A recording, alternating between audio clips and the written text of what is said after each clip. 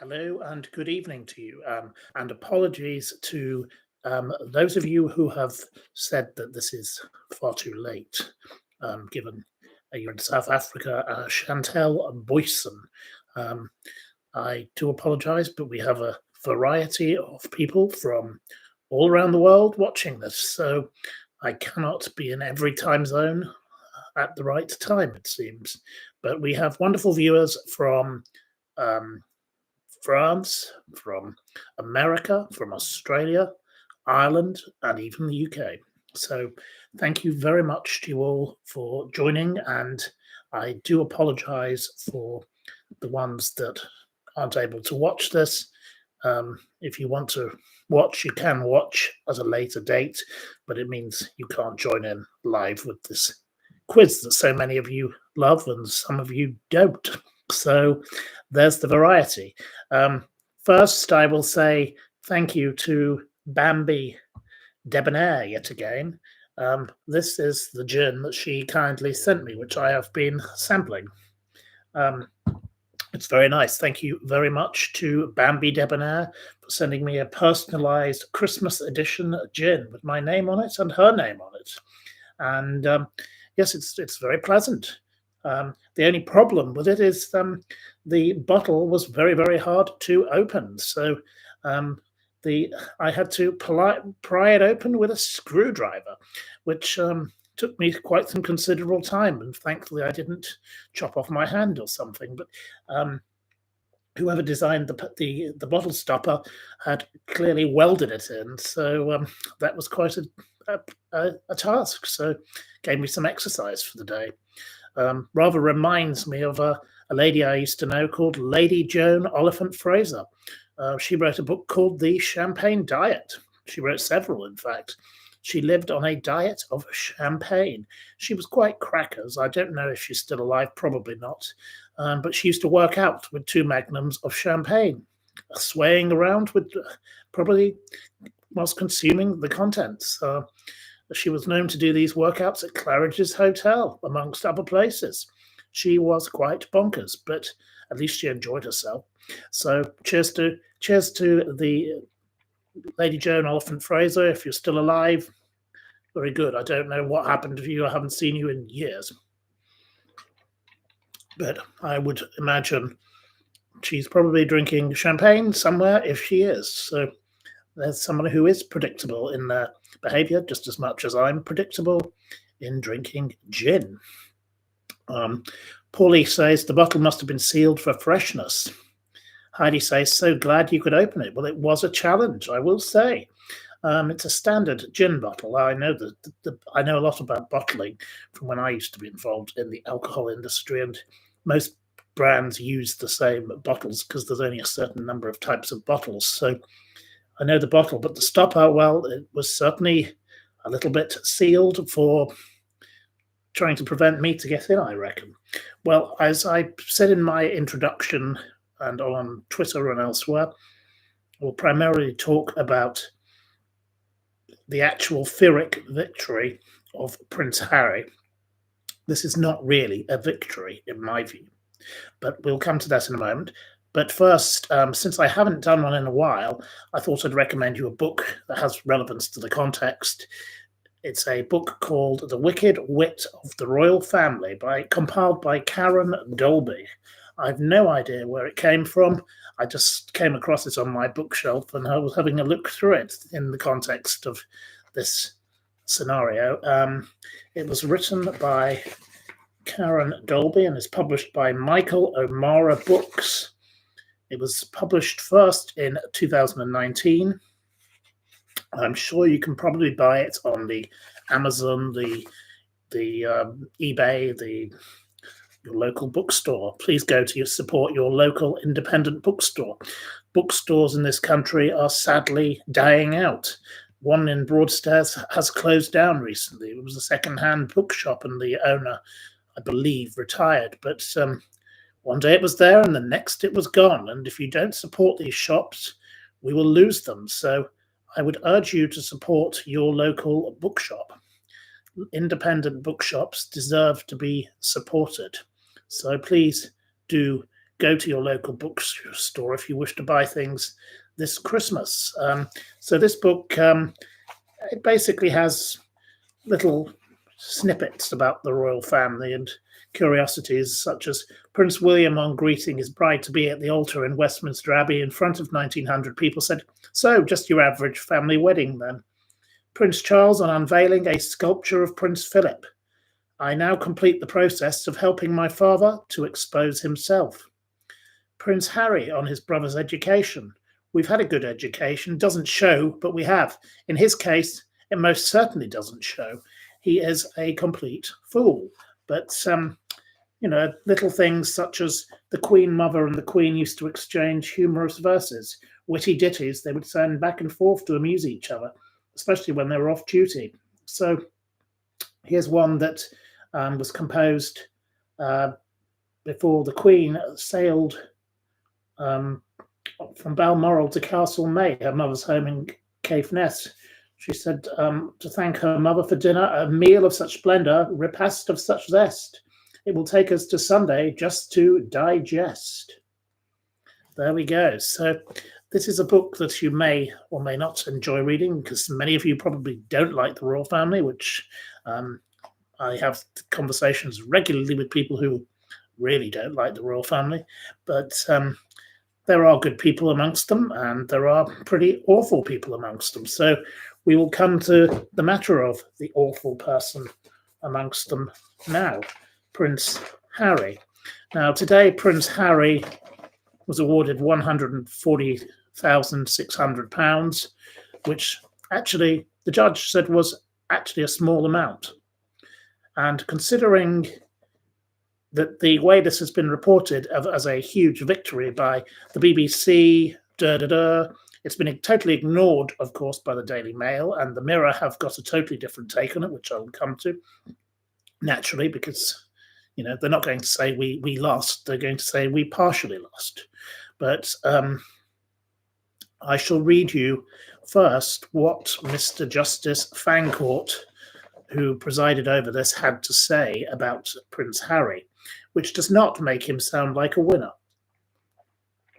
So, he said, "I have found that the Duke's case of voicemail interception and unlawful information gathering proved in part only." So he found that out of 15 out of the 33 articles, that's not even half of them, that were tried were the product of phone hacking of his mobile phone or the mobile phones of his associates, or the product of other unlawful information gathering. So yes, an offence has been committed, but it is not the offence that was alleged. It is half that and less than half that. I consider that his phone was only hacked to a modest extent, and this was probably carefully controlled by certain people at each newspaper. However, it did happen on occasions from about the end of 2003 to April 2009, which was the date of the last article that I examined. So this was a very long time ago. Things have changed and the world has moved on. The prince went off to find privacy and behaved very badly. There was a tendency for the Duke in his evidence to assume that everything published was the product of the voicemail interception, because phone hacking was rife within Mirror Group at the time. But phone hacking was not the only journalistic tool at the time, and his claims in relation to the other 18 articles did not stand up to careful analysis. So this judge is actually saying a lot of it, the majority of it, was actually a load of nonsense. So this is the boy who cries wolf. And of course, he's had his little victory today, and I will come to his comments shortly. But the Mr. Justice Fancourt concludes, "I recognise that Mirror Group was not responsible for all the unlawful activity that was directed at the Duke, and that a good deal of the oppressive behaviour of the press towards the Duke over the years was not unlawful at all." Very clear in his signal there. And he says, "Mirror Group therefore played only a small part in everything that the Duke suffered, and the award of damages on this ground is therefore modest." So that is a very interesting analysis, which the BBC have not reported on, and the likes of The Guardian and the rest of them. Of course, the Daily Mail is criticised, as is the Mirror, for their coverage.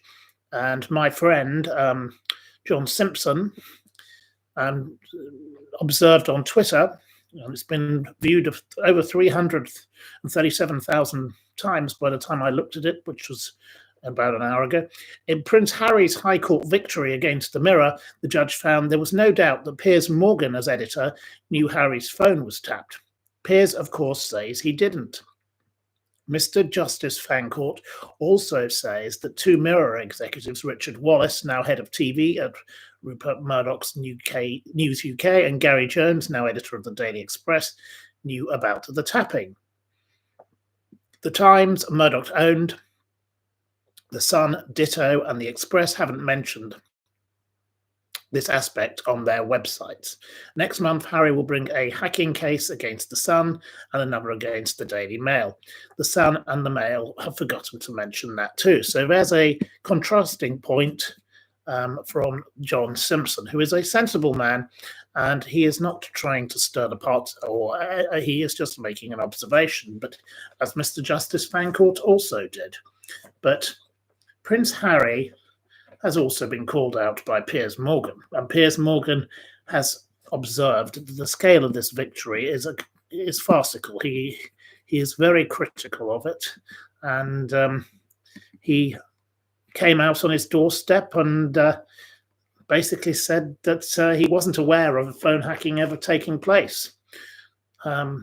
Contrast that with what was said about Omid Scooby. Now, Mr. Justice Fancourt found Mr. Scooby to be a straightforward and reliable witness, and I accept what he said about Mr. Morgan's involvement in a story about Kylie Minogue and then lover, I think his name was James Gooding, yes, which was also been taken from voicemails. There we go. So there are contrasting views, differing views are available, but this person, Prince Harry, has really dug himself a rather pathetic hole, because he's making an enemy of people when he doesn't need to. This is all in the past, and it's all over. It's long ago over, and it is ridiculous. And the Mirror Group said, their spokesman said, after the MGN spokesman said, "We welcome today's judgment that gives the business the necessary clarity to move forward from events that took place many years ago.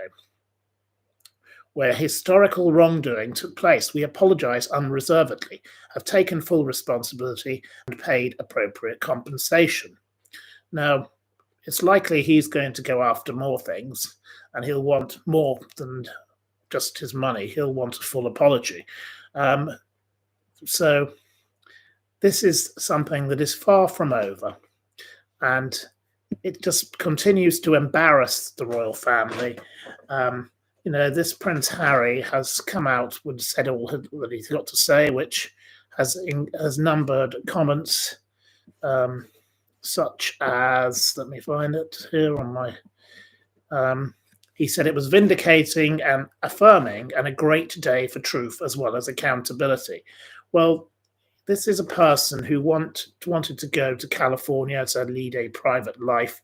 He is becoming this crusading pest who is going around making a general nuisance of himself. And as Christina Logan points out, the only people here earning a fortune are the lawyers. That is really, really ridiculous. I'm being asked if I hacked someone's phone. No, I'm not going to make comment on such nonsense, and I have never hacked anyone's phone, but I wouldn't even know how to, given that I'm totally inept with technology. So that would be ridiculous. So I can send a letter. I know how to put a stamp on an envelope. I can about do that, but I'm not very good with technological devices. I actually had 2 years when I didn't even have a mobile phone. That was actually the best thing I ever did. It was only my friends who forced me to have one again. It was quite a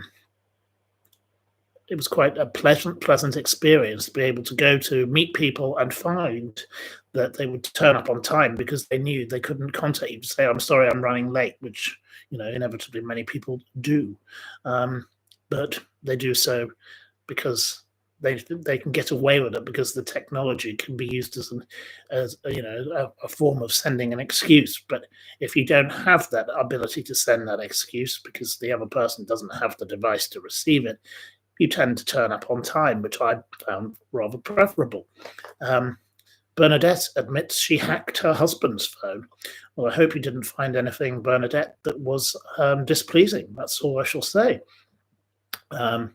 There we are. So I don't know where Harriet is. No, but Bernadette is here.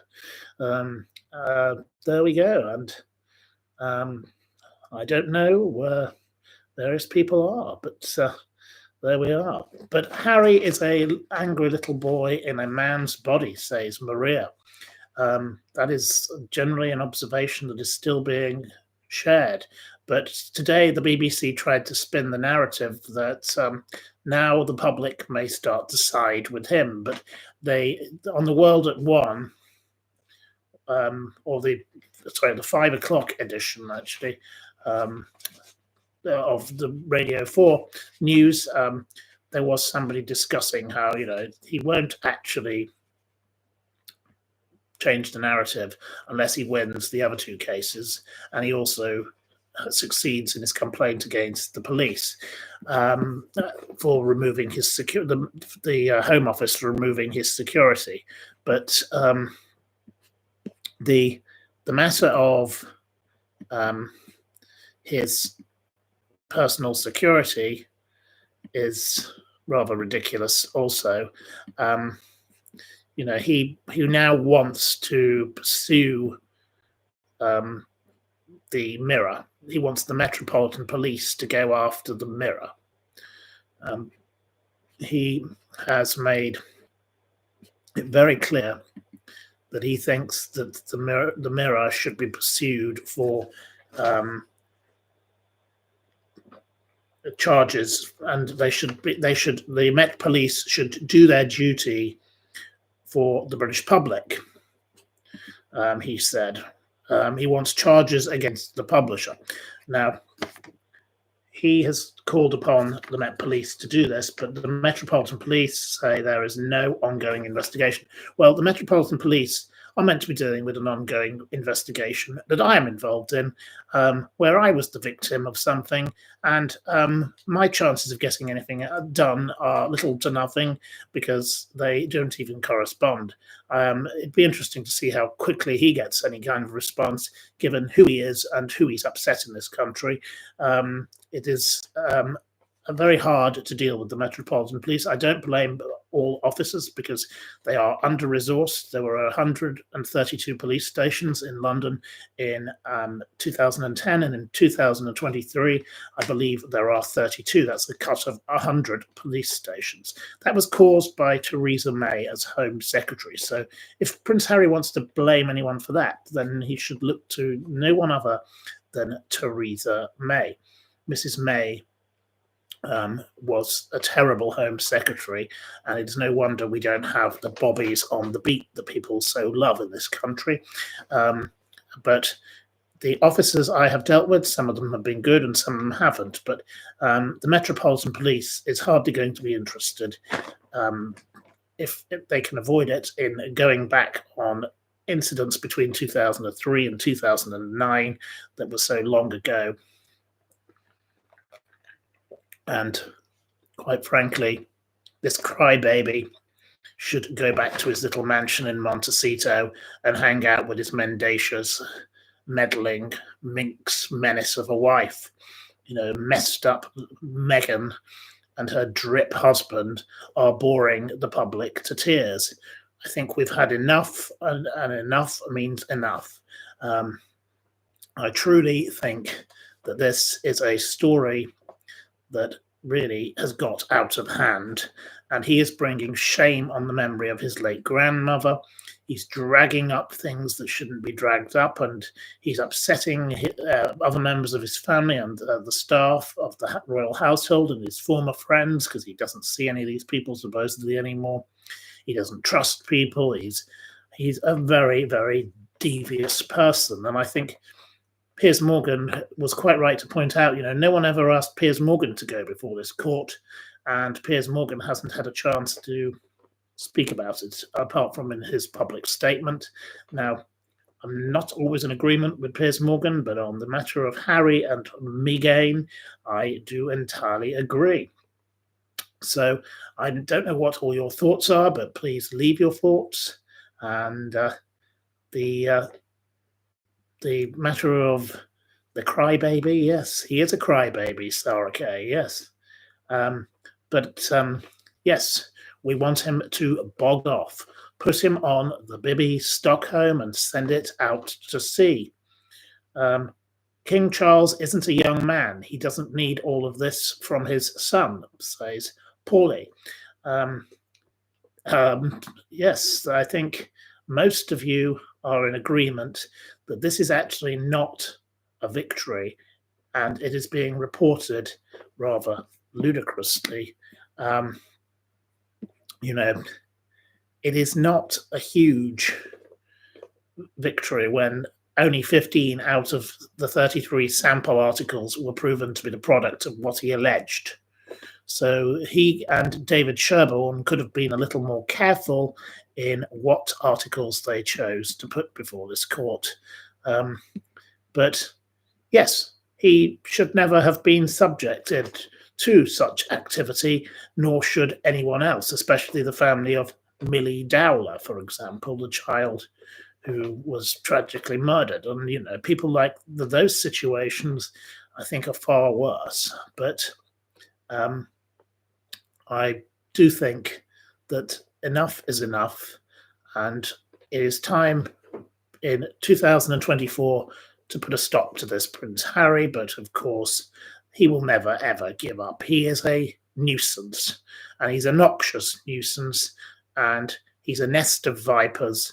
And that woman, well, he's actually rather thick, but the nest of vipers is that wife of his and her mother and the rest of her little entourage of deviants who cause such dreadful trouble for other people out there and are boring the planet with stupid books such as Scooby's, which is still not selling very well. So Scooby-Doo off and scoot off back to Montecito and hang out with her in her mansion, please, Scooby-Doo. But anyway, enough is enough on that particular topic. And now I will speak about the ULEZ zone and how firemen were forced to deal with a camera, a ULEZ zone. I don't know how many of you know what the ULEZ zone is, but it is a charge that has been introduced in London by Sadiq Khan, the worst mayor the city could ever have, even worse than the dreaded Ken Livingstone. I don't believe there should be a mayor of London. I think it's a completely pointless post, a layer of bureaucracy that the place didn't need or want. But frankly, we're stuck with. We had another Pyrrhic. Boris Johnson was mayor of London, and another moron, another buffoon. But this one has brought in this ridiculous charge, and people don't like it, so they are attacking these cameras. Now, these firemen were confronted with one in, I'm not sure where it was in London exactly, but it was covered with a dustbin. So they had to use a ladder, and they were filmed taking it down with a ladder. Firemen dislodge a bucket that has mysteriously fallen on a ULEZ camera, says some video that was shared online. Now, there is a group of people called the Blade Runners, and they are attacking these cameras. They have attacked they vowed to destroy all of them. They have slashed the tires and sprayed graffiti on camera vans. They have boxed them in. They've done all sorts of things to try and stop this. I can understand people's fury.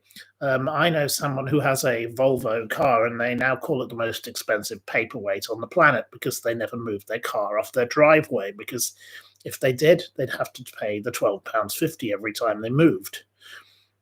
So people don't like it. Another person I know is a classic car dealer, and they said that actually it's been good for them because sales of classic cars are going up because some of these cars are exempt. After a certain period of time, the car is exempt. So, and also it's costing a fortune, I believe, tens of millions of pounds to upgrade ambulances, because ambulances are not exempt because of the situation. So this is a charge that is causing havoc. It should not have been brought in. It should be scrapped. But I don't think Susan Hall is going to win because she is totally useless. She is the Conservative candidate. Given the popularity of the Conservative Party right now, and given the stupidity of the woman who lost her own stuff on the underground and then claimed it had been pickpocketed when it hadn't, it was found. That is an instance where I don't think that she's going to get the job, but we will see. But this ULEZ zone is so unpopular with, workmen, who have to pay. They are adding this cost onto your bill if you live in London. If you are having a plumber come round, they'll add the £12.50 to you, because how else can they afford to cover it? This is a stupid charge that should not have been brought in. It was unwise. It was ill thought. It was badly judged.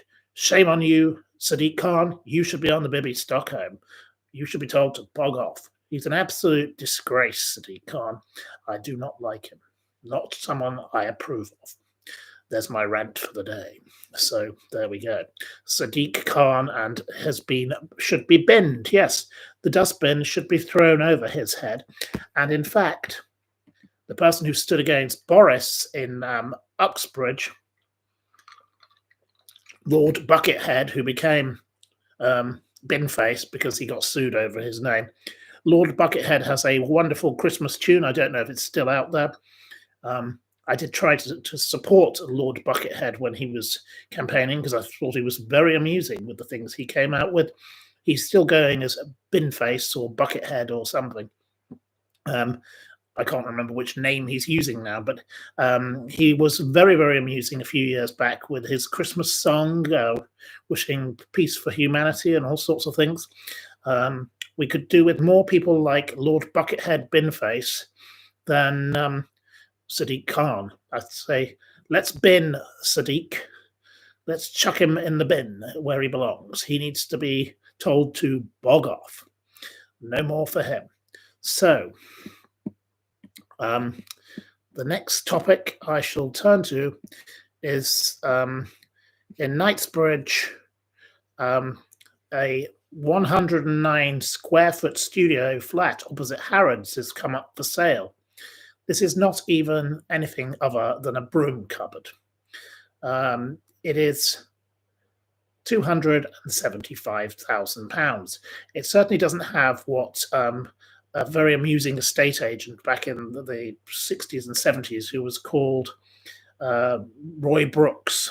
He would have said there isn't room to swing a cat. He used to describe properties in this way and would say, refer to the suitability of such properties for degenerates. And his marketing was not like most pretentious estate agents today who use stupid words such as prestigious, luxury, half bathroom, which is another Americanism that's completely stupid, things like that. And, estate agents do get rather carried away.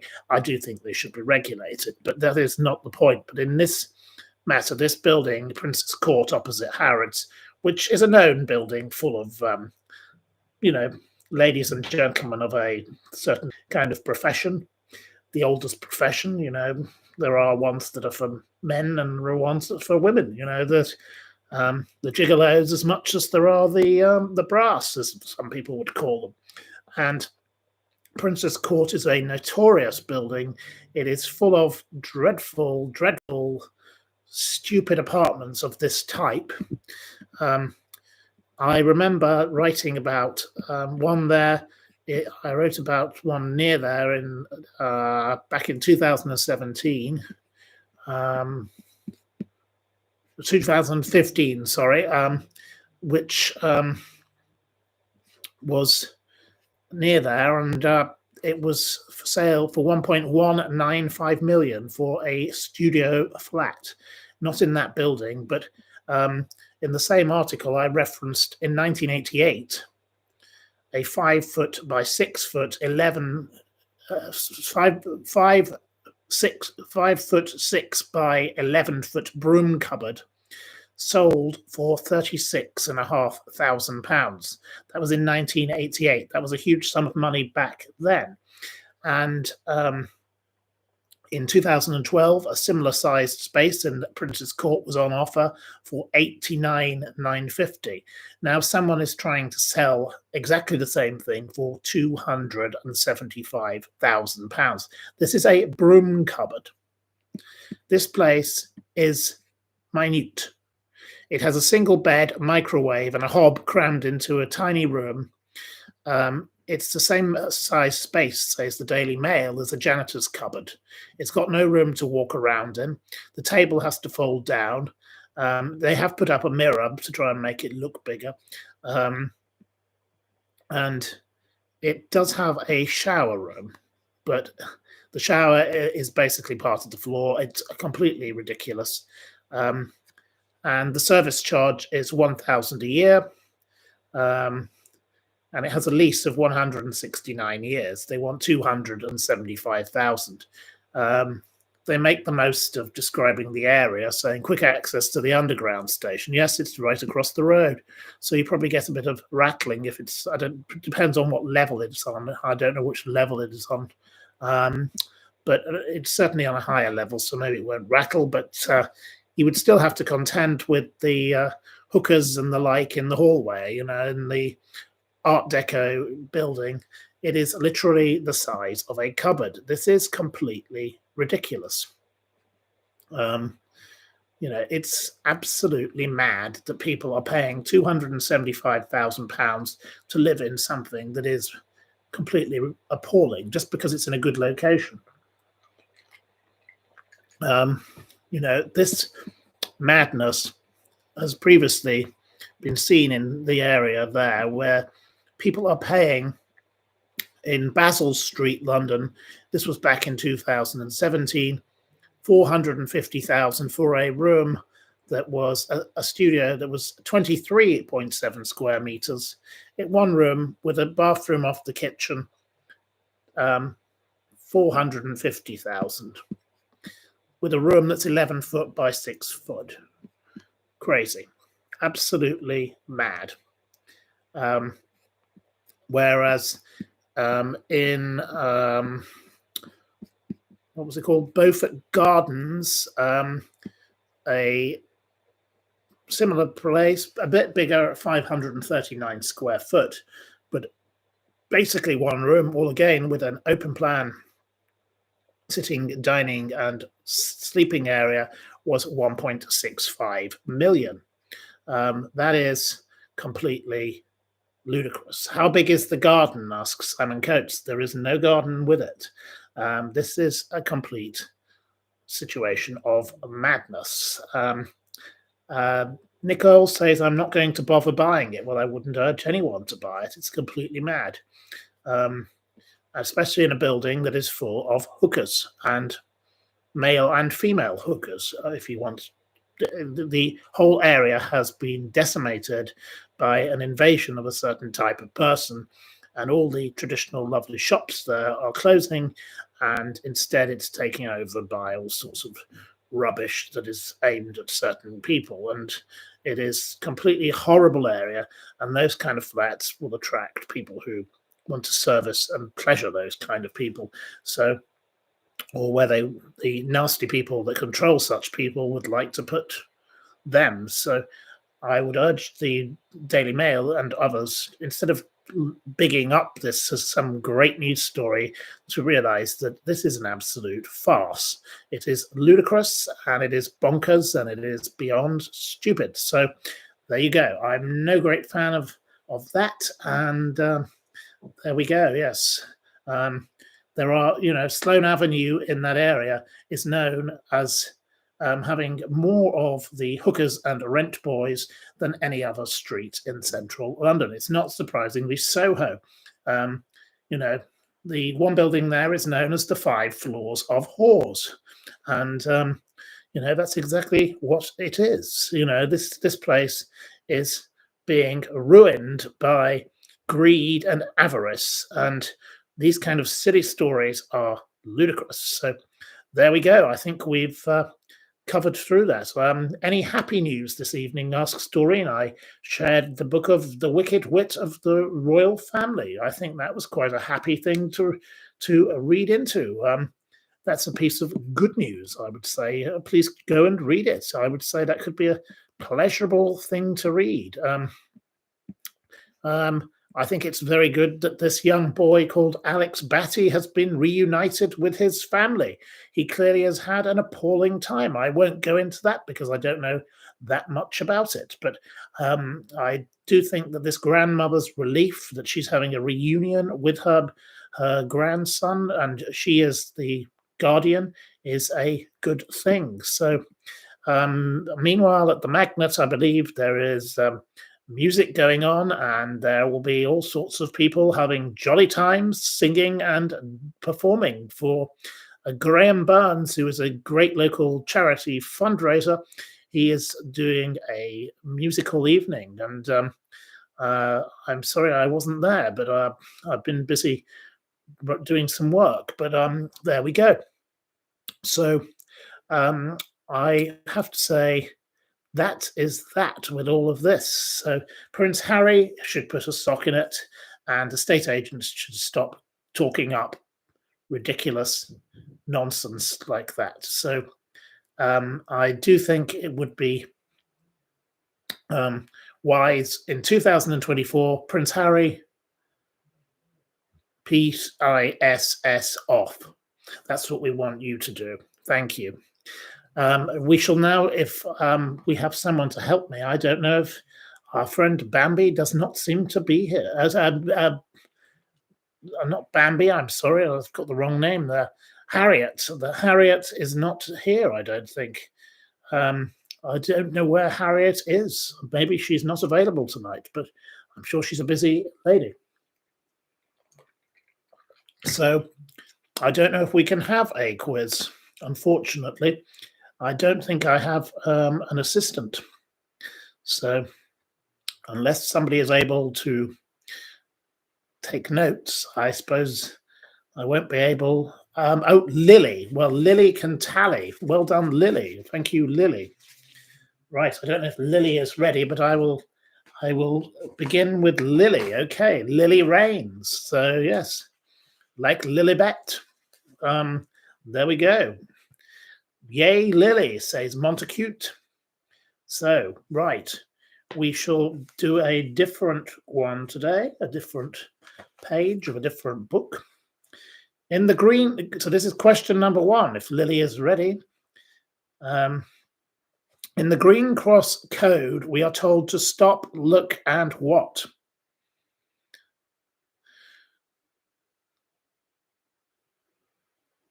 Nicole wins with listen. So the first point is awarded, Lily, to Nicole. Nicole is the strongest link.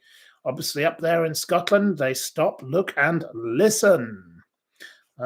Many people don't listen now because they're too busy on their headphones, or they are on their stupid electric scooters, which should be, are banned, but unless you've hired them. But should be totally banned, in my view. Very dangerous contraptions that have resulted in several people I know of having terrible accidents or even dying. So, They're as stupid as the Segway, which was invented by a man who actually got killed on his own Segway. He fell off a cliff. Plenty of people on these electric scooters are finding that they get run over by lorries. The batteries blow up, and the whole thing literally is a fireball. I've seen video evidence of this, and then they hit innocent pedestrians. And I was once with an innocent pedestrian, who some of you will have seen on this channel, and she was literally knocked over in the street by one. Shocking behaviour, and that was by a person who was a resident of the 5 floors of Hawes. There we go. So, carrying on with our quiz. What is the name of the TV show that gave CBBC presenter Michael Underwood his big break?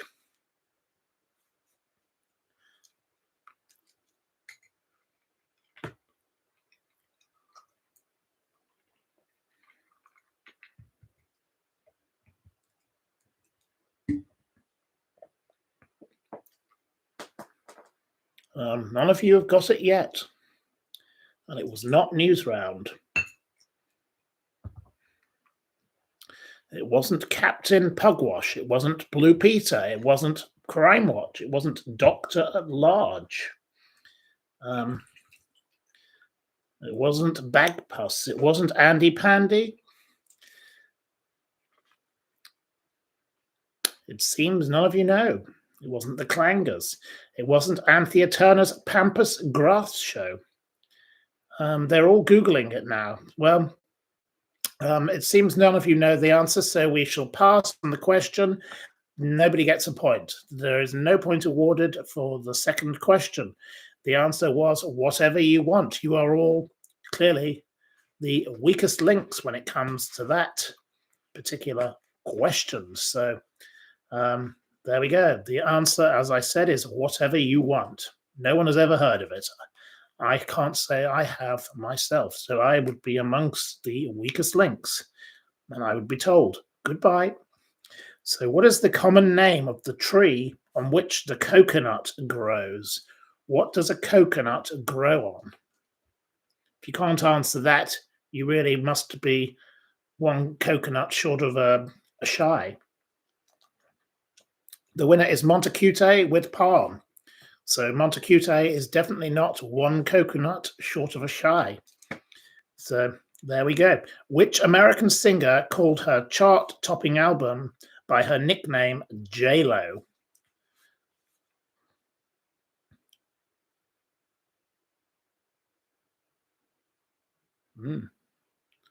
Montacute gets another point with Jennifer Lopez. Montacute is very quick off the mark.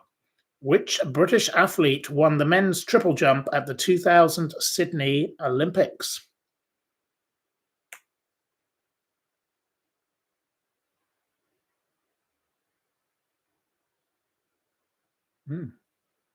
Cilla Black in blue jeans is not the answer, Paulie, but Simon Coates is correct with Jonathan Edwards. Simon Coates gets the point, so a point to Simon Coates, please, Lily. Thank you, Lily. The name Wendy was made popular by which Sir James Matthew Barrie play about the adventures of Wendy Darling and her brothers? There are 2 possible answers. Montacute can have the point with Peter Pan.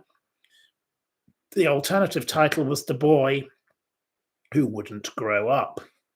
That was the other title. So in the desert, not desert. I don't know. I was called Baked Alaska. What is inside the outer covering of meringue and sponge cake? What is inside a baked Alaska? Inside it, Montacute gets the point with ice cream. Ice cream for ice cream, as they say. Where in your body is the Achilles tendon named after a Greek hero? Where is the Achilles tendon? It is in your heel. So the first is the first of you to guess it is Montecute. Montecute gets yet another point. Montecute, you're very quick off the mark. Very quick. You could be a sprinter. You could be on your Achilles tendon. There we go. In science, how many straight edges are there on a cube?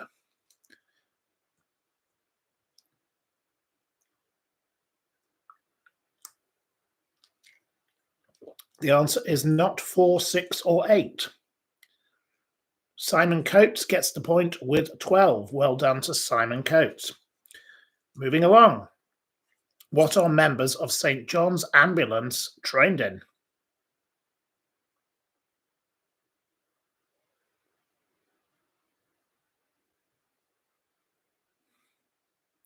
Paulie gets the point with first aid.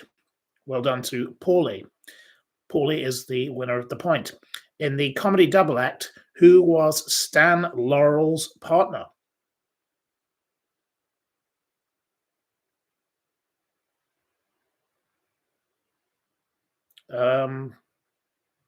Chrissy K gets the point with Oliver Hardy. Well done to Chrissy K. A point to Chrissy K. Which P is a white bear that lives in the Arctic?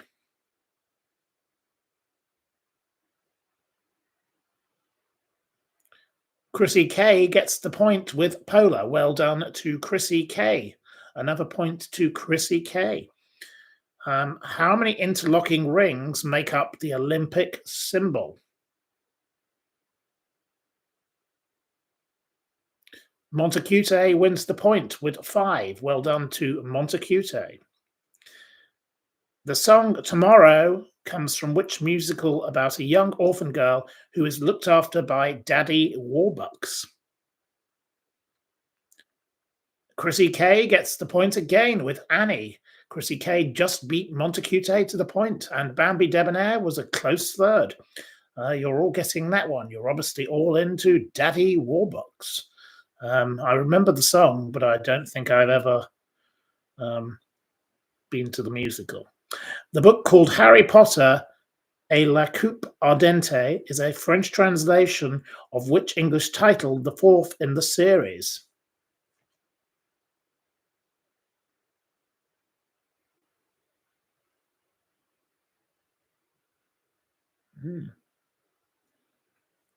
Not getting far with this one. It's not the Half-Blood Prince. It's not the Philosopher's Stone or the Furry Cup. No idea. It's not the Gold Cup. No, that's an event mostly at places like Cheltenham, the Gold Cup.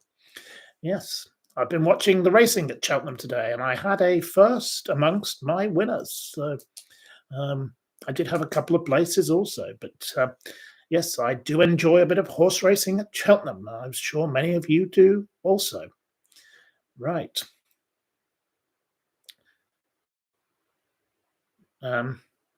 The winner is Bambi Debonair with the Goblet of Fire. Bambi Debonair gets the point. Well done. Well done to Bambi Debonair. Christina loves Cheltenham. I think many of us do. We love the Cheltenham roar, the noise that is made. Lots of people objected to Cheltenham because they viewed it to be the first super spreader event for coronavirus. But I think racing is a good socially distanced sport, and I don't blame the people that Cheltenham for that. And I get quite upset when people have a go at it.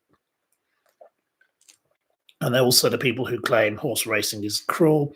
I don't think horse racing is cruel at all. I think horses absolutely adore the sport, and I think they have a wonderful relationship with their wonderful jockeys. Sarah Kay asked if I've ever played polo. No, I haven't, but I do watch it occasionally.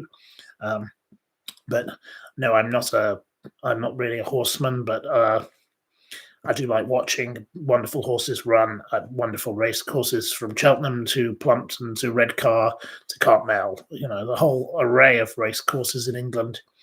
But that's a subject for another day. Right. Which vegetable nickname describes somebody who lounges about watching far too much television? I'd rather read a book myself, personally. It's not a carrot, or It is Montacute with couch potato. I've never heard it called a carrot potato or a cabbage potato, a leek potato. No. A couch leek or a couch cabbage. Because a couch cabbage has a bit of fun to it. What was a large Roman arena like the Colosseum where wild animals might appear? This is your penultimate question. David wins the point with amphitheatre. Well done to David. David got there first.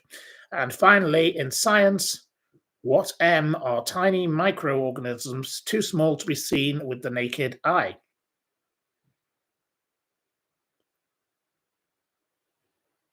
The winner with microbes is Doreen. Well done to Doreen. Hello, and thank you to Doreen. So, Lily, do we have a winner, please, Lily? Lily is our Debbie McGee for the evening, since the lovely Harriet is not available, it seems. So I hope Harriet is having a wonderful evening wherever she may be. And Montacute has won, and well done to the rest of you, including Doreen and David, for getting points, and Paulie and all the others, and Simon Coates and all the rest of you. So thank you very much for your participation, and thank you very much for your observations about Prince Harry and other topics. So I hope that you all have a wonderful evening, and I shall say thank you very much. Have a wonderful rest of your evening. If you're keeping yourself busy, I hope you're having a wonderful time and happiness galore, and have a great weekend ahead. And I will be back to talk to you most probably again tomorrow, though goodness knows where I will actually be tomorrow. Tomorrow, as they sang in Annie. Tomorrow is another day, but I could be going somewhere else tomorrow, but I will let you know if I am, but we will see. So there we go. Good night and good gardening. And as the late, great Jill Dando once said, don't have nightmares. Take care. Pip, pip. Goodbye.